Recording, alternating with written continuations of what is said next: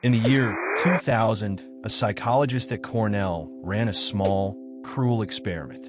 He made students walk into a crowded room wearing the most embarrassing t-shirt he could find. A giant Barry Manilow face printed right across the chest.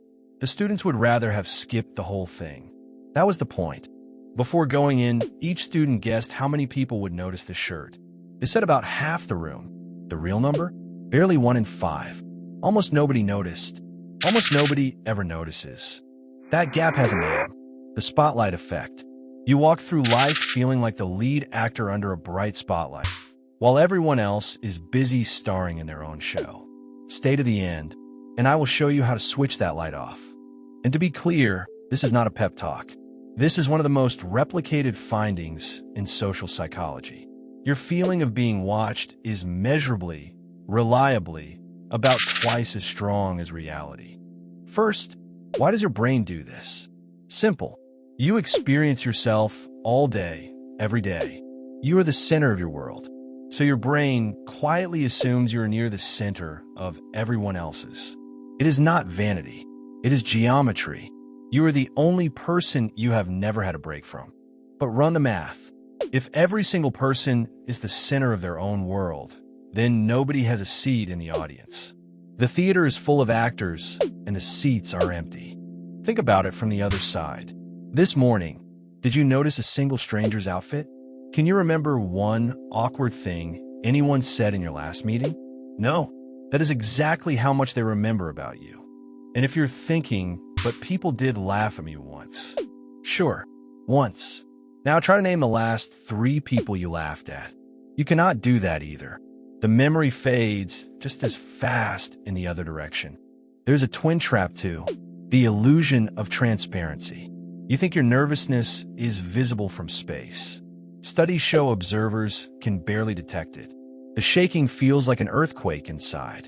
Outside, it reads as almost nothing. Still, the spotlight builds 2 prisons. Prison number 1, the things you never start.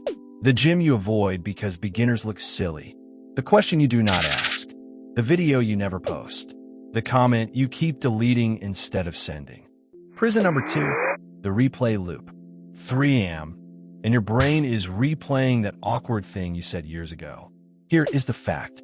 You are the only person on earth who has thought about it since. When someone does notice a stumble, they forget it by lunch.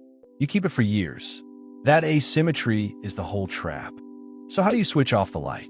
Not by repeating affirmations in the mirror. Your brain does not believe words. It believes evidence. So we're going to give it evidence. 3 small experiments. Experiment 1, the tiny weird thing. Once this week, do something mildly embarrassing on purpose. Wear the loud shirt. Ask the obvious question. Sing in the car with the windows down. Then watch what actually happens. Spoiler, nothing happens. The point is not the shirt. The point is the data. 1 real test beats 100 affirmations because now your brain has seen the empty seats with its own eyes. Experiment 2, the observer test.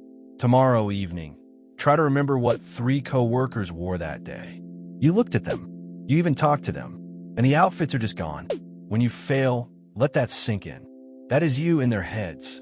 Experiment 3, the archive test. Write down the moment you replay at 3 a.m. Now try to remember anyone else's embarrassing moment from that same year. You cannot. Nobody archives your bloopers. Only you do. And here's what happens when the light goes off. You ask the question in the meeting. You start the gym. You post the video. Not because you got braver, because you finally saw the empty seats. There's a bonus effect nobody mentions. When you stop performing, you become easier to be around. People relax near people who are not auditioning. Confidence is not a performance. It is the absence of one.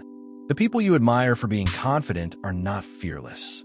They just figured out earlier that nobody was watching. The spotlight was never pointed at you. It was pointed at everyone by everyone, which means it was pointed at no one. So here is the assignment. This week, 1 tiny weird thing on purpose. Small enough to be safe. Weird enough to collect the data. Then stand still and watch the world not react. That silence you will hear, that is the sound of freedom.